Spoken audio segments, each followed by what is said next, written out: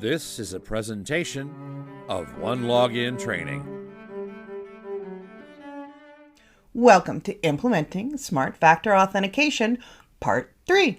All right, one of the biggest tricks in enabling a passwordless smart flow or brute force defense smart flow is how do you assign user policies that have one of these flows enabled to users that do not have MFA devices already registered.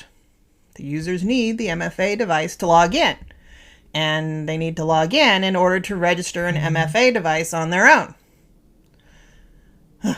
So, there are two main options on how to handle this challenge. The first option would require that you write a script that basically connects to the OneLogin API and uses the multi-factor auth API endpoint to enroll and activate a device for a user when they are first created. This would require some basic developer skills and a system to run the script from. It would also then really need a way to automatically execute that script when users are created. All of this is definitely possible, but requires resources outside of OneLogin. And that can become a challenge, especially when it comes to maintenance and troubleshooting. The much better option would be to use the Preauthentication Smart Hook. Smart hooks provide a low-code solution that runs within OneLogin, so you don't have to have much in terms of developer skills to implement them, or even worry about providing a separate hosting system and a scheduler to run some sort of scripts. So, this is the one that we are going to take a closer look at. Now, enabling a smart hook can still be a bit tricky if you're not familiar with some of the pieces involved, like calling API endpoints or writing JavaScript. So we're going to walk through this setup very slowly. We're also going to introduce you to a tool that can make these API calls a little bit easier to deal with, Postman. Now, steps that we will be following are, we're going to create two user policies within the OneLogin admin UI. One policy is going to be using one of those non-basic smart flows, passwordless or brute force defense. In our particular demo today, we're going to be working with passwordless. Then we want to make sure we have another user policy that does have the basic smart flow enabled for it, but that it requires MFA registration for users that are using that particular policy. And for further reference, we're going to call that one, by the way, register MFA. So we know exactly what it's doing. Then we're going to go actually create the smart hook. And that's where Postman is going to come into play. So Postman is a tool that you can download and install on your local desktop. It runs on Macs, it runs on Windows, whatever. You will go out, download that, and follow some very particular steps. First, defining some variables that make authentication run a little bit easier, as well as managing the pre-auth hook if you have to do some stuff like delete it and recreate it or whatever. Then we're going to import what are called Postman collections, basically some predefined code for you. Calls that are going to automatically hit OneLogin endpoint, already have some code written in them, makes your life really, really easy. Just a few changes you might have to make. So I'm going to download a couple of these Postman collections that we have created for you. One that helps with authentication, it's called the Access Tokens one, and the other one that contains the Smart Hook calls. Then we want to use that Access Token collection to actually create an authentication token. And that allows us then to make all subsequent calls using the same token. Just makes life a little bit easier when we're hitting the API endpoint. Authentication is handled for us. So we'll create the initial token. Then smart hooks requires that you create kind of like a base function to work with. And there are two main types of smart hooks at the moment. There's the pre-authentication hook and there's a user migration hook. So we are going to create the minimal function for the pre-authentication hook by calling this function that within that collection is provided, create minimum viable function. And then we already created a hook for you for this. You don't really have to write any code. You just need to make a little modification. You're going to open up another call that's within the collection called switch policy to allow MFA enrollment. And you're going to tell it what hook to use. So you have to go modify one of the parameters passed to it. And then B, tell it which policy to assign users to if they do not have any MFA devices registered. So what this hook is going to do is every time a user logs in, any user within the system, it is going to look and see, hey, does this user have any MFA devices registered? If they do not, the number of MFA devices registered for the user equals 0, then it will temporarily assign them to that register MFA policy that we created, which is designed to prompt them to register MFA.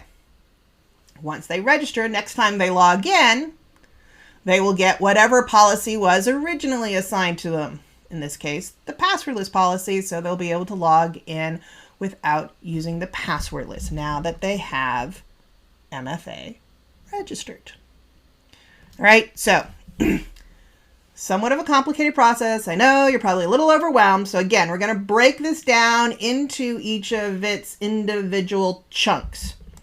So first demo portion, we're going to look at creating those two user policies that I mentioned.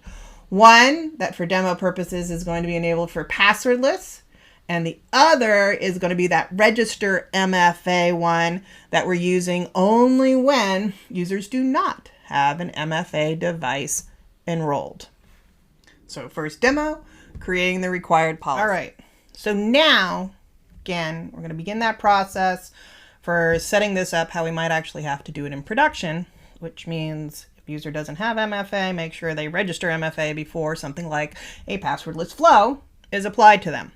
So we already have the passwordless user security policy here, right? We did that in our last demo. It's got passwordless selected there. Maximum password age is 0. MFA is required.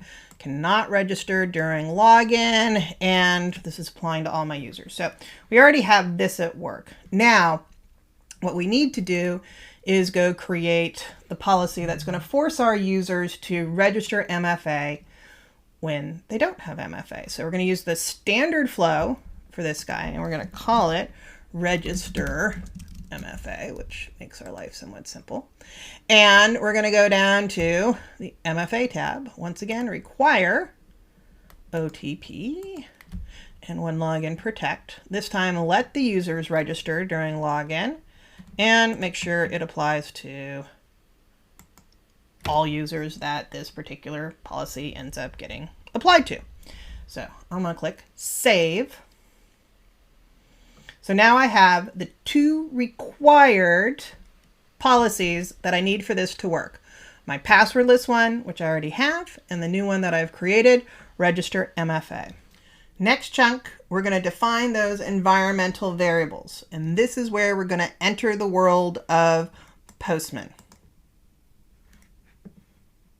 All right, so now we're going to jump into the world of Postman. So just quick, if you've never used Postman before, you can do Google download Postman, go to download page, it'll prompt you with download for whatever your OS is. Click on the button, download it. In this case, it gives me a handy dandy zip file, which I've already extracted here, and I can see the Postman app.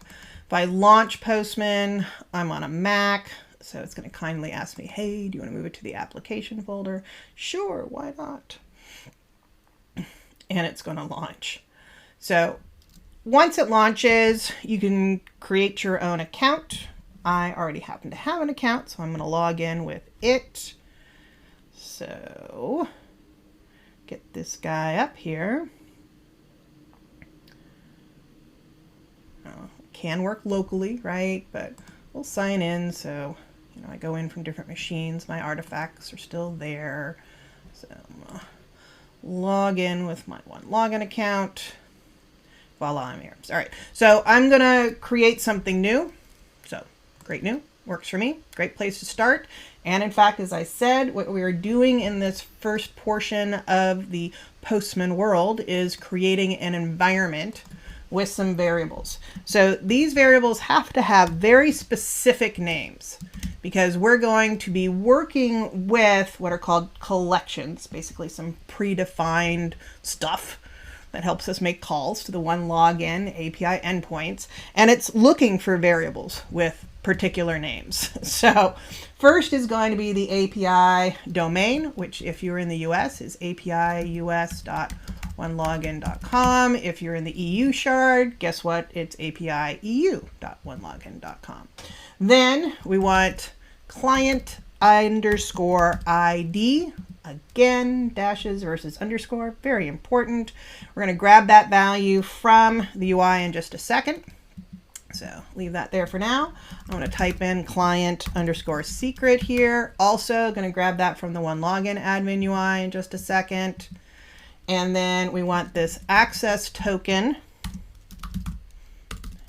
Must spell things correctly. And we're going to want refresh token here. All right, so at minimum, we want these 5 environmental variables defined from the start. Now, as I said, we need to go grab client ID and client secret.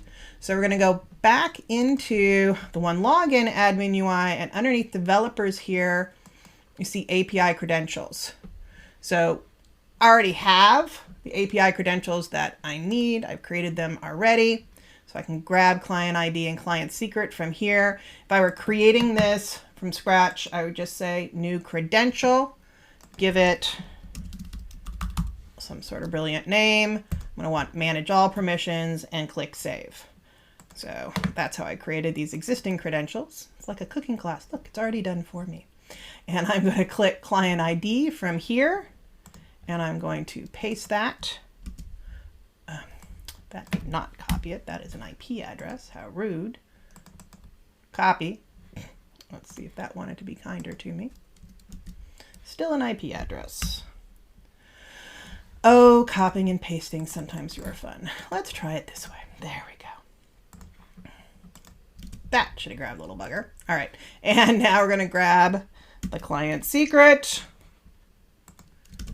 There we go. Okay, so we've got this. We want to make sure this is the current value of it. And we do not have to assign anything to access token and refresh token.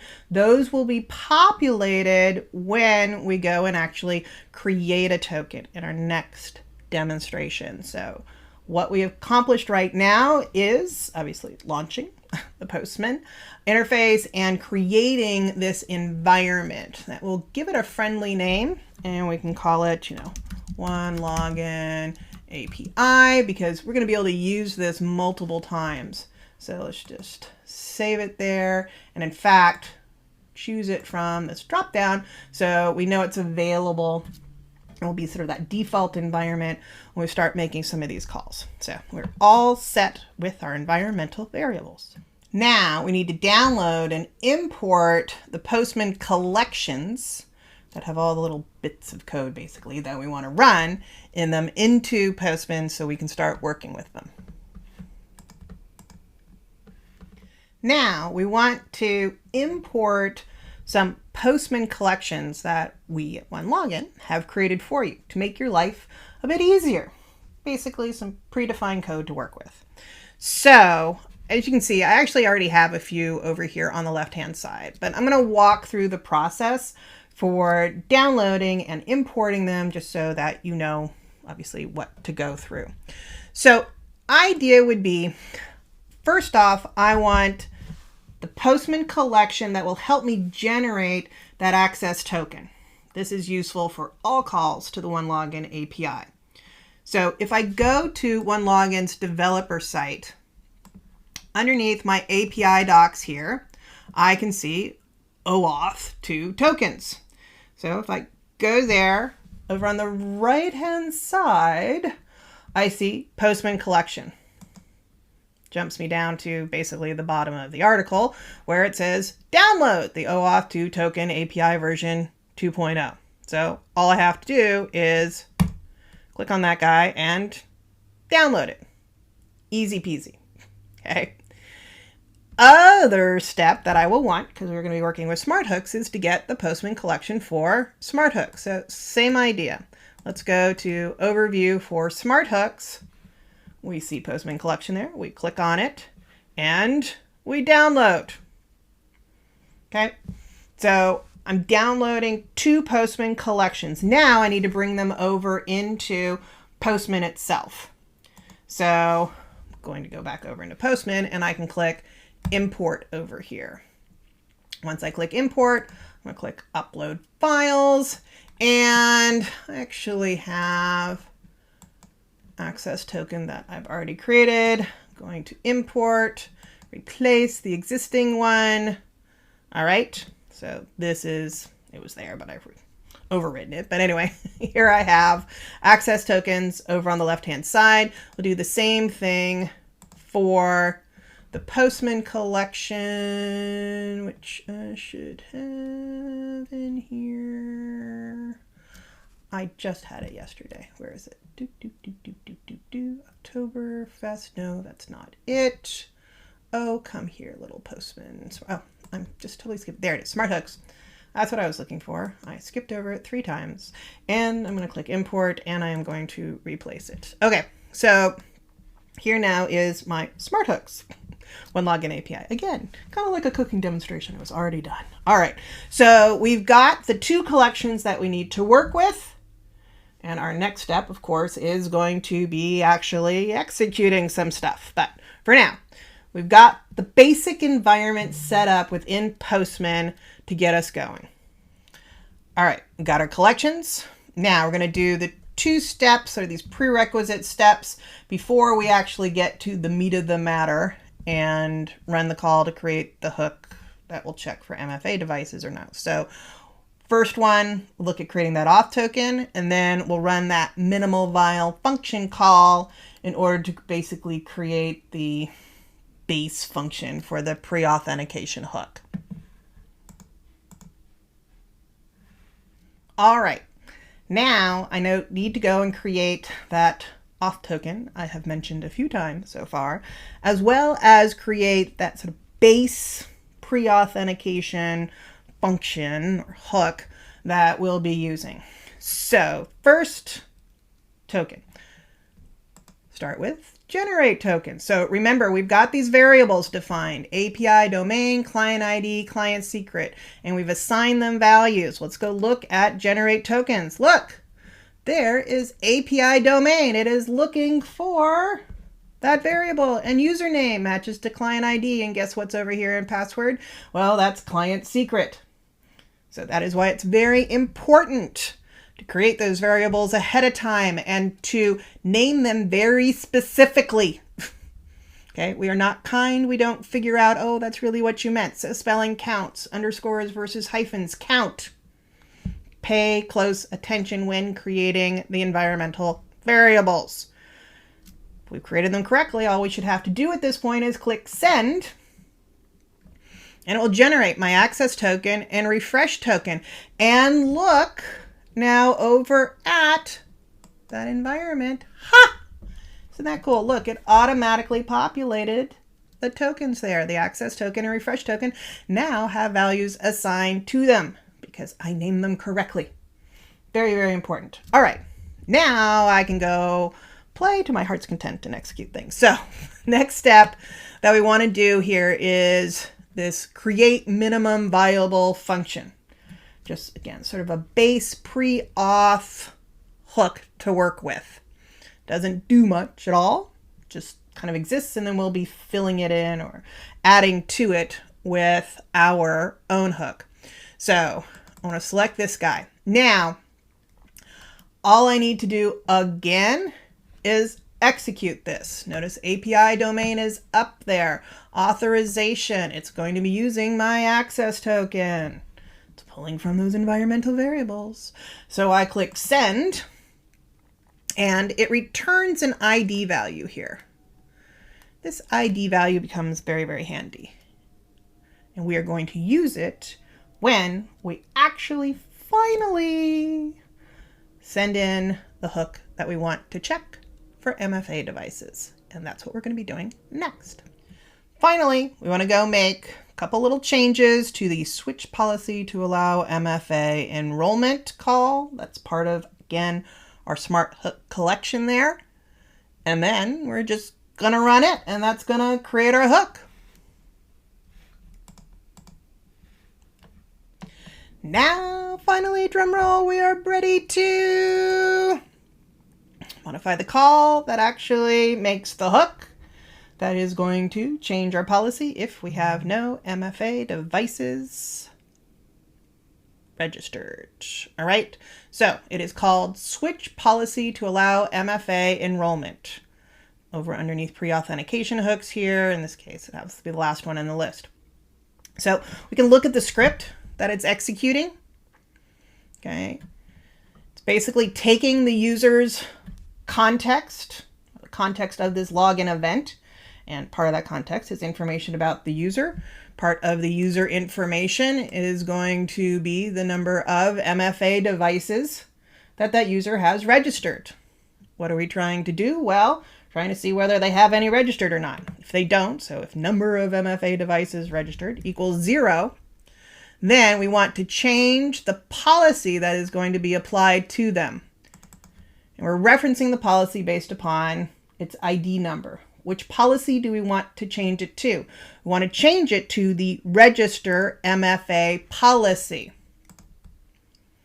So I'm going to go underneath my policies here, and I'm going to click on register MFA. And it's this 285038 number in this case. I want that guy, and I'm going to come back over here, and I'm going to replace current number there with 285038. So what am I saying? I am saying that this user, in fact, when we're going to go through the testing of it, the user is going to have the passwordless policy applying to them by default. But of course, if this is their first time logging in, they will be unable to log in because they do not have MFA registered. So before we make that decision, we're going to go and check. Do they have any devices registered? If they don't, we will temporarily reassign them to that register MFA policy. Thus, they now get to register their MFA. And then when they log in again, they'll be assigned to their regular policy, the passwordless one, and thus be able to log in using only that MFA device and not be prompted for their password. So changes that I need to make are going to be updating the ID of the policy to match the ID of the policy that we created and named register MFA. And I do need to go over on the params tab and tell it the ID of the hook that we created when we executed create minimum viable function. So that's this ID over here. So I'm going to copy this guy and I'm going to go paste him into this hook ID field. So now I have made the two necessary changes for me to execute or send this call to OneLogin to create the hook that is necessary for my passwordless flow to work.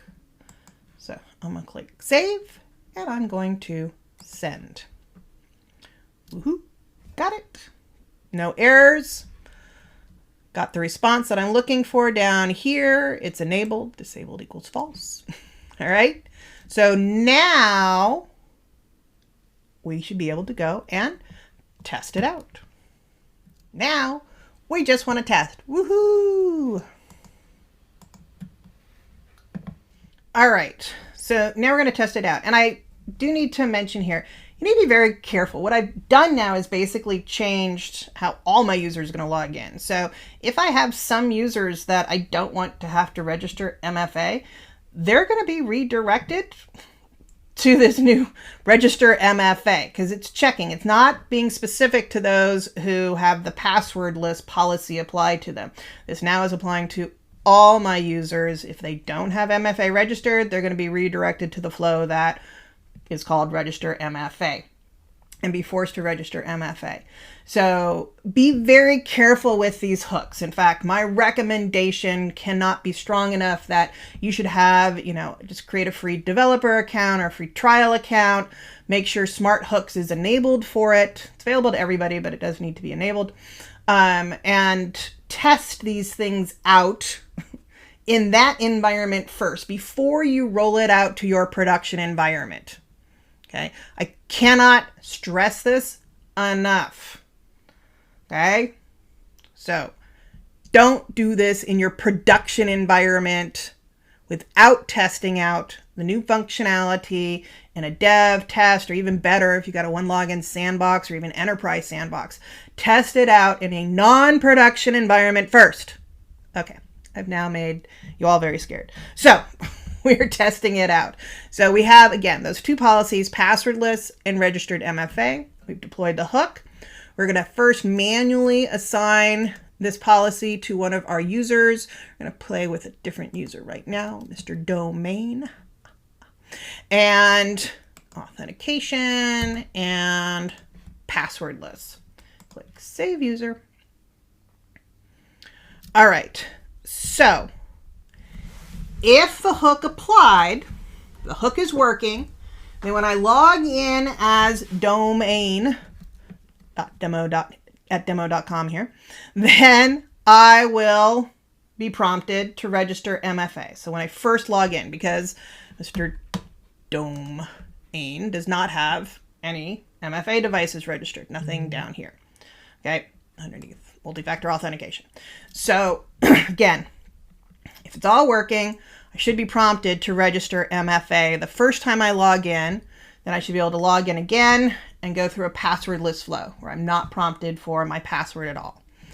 If it didn't work, then I am going to get access denied, because that means passwordless policy is being applied to me, and passwordless says you need MFA and I don't have MFA, so it'll just flat out deny me. So I'm going to cross our fingers. This is all going to work.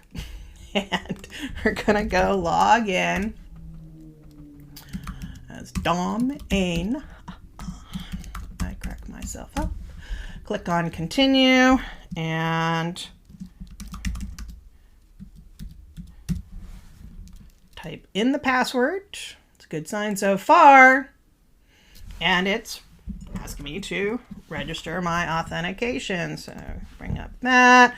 We're going to quickly go in, bring up OneLogin Protect, and add this in for the new user. And Dom has gotten in. All right. So that means it worked. All right. So now let's go see passwordless. So what it should do, if I log out and log back in as Dom,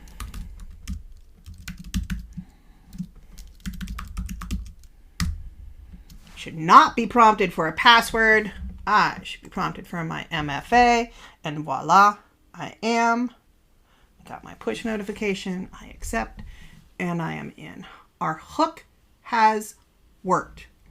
Now, if it didn't work, then I'm going to need to look at some log files and see what's going on. So a couple things could happen. A, Smart Hooks hasn't been enabled for the OneLogin account itself. That's something you have to go through like support in order to get it enabled. It's just not enabled by default. It's available to everybody. It's just not enabled by default. So you have to go through support in order to make sure it's enabled. So A, that could be the problem. Or B, you did something wrong with the steps that I told you to do. So how can you see maybe what's going on? This little get hooks log guy is actually pretty helpful. So I could create another environmental variable for my hook ID, or I could just copy and paste this hook ID into that guy, and I'll just do that. And for now, save. And if I execute this, I get some log files. So I can tell like whether it was successful or not. I can see, you know, it sees my OneLogin Protect there.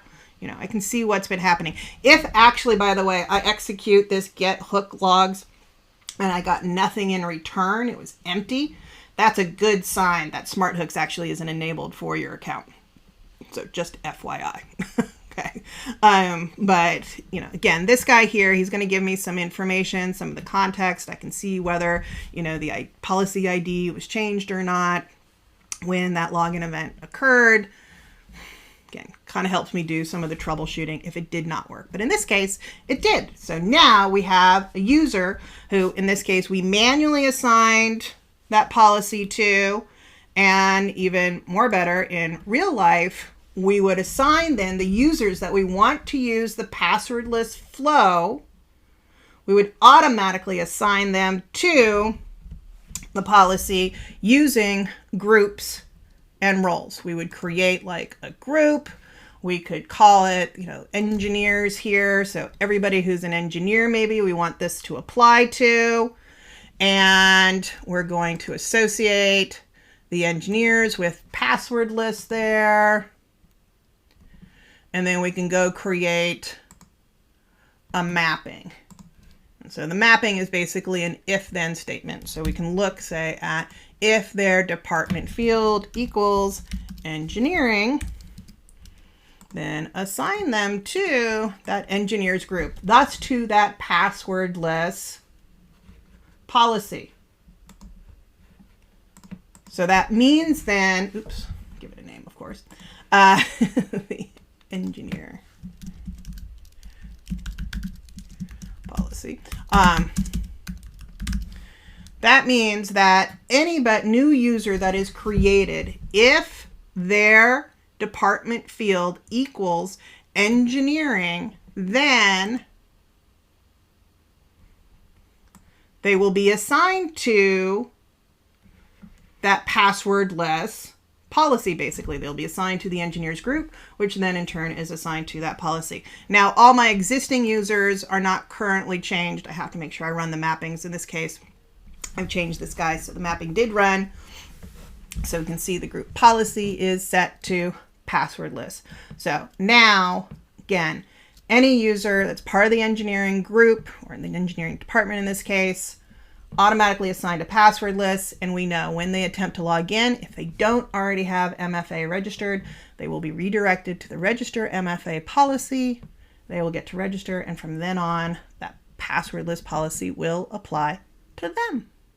This concludes part 3 of implementing SmartFactor Authentication. Please continue on to part 4 so you can see how you can prevent your users from using bad passwords.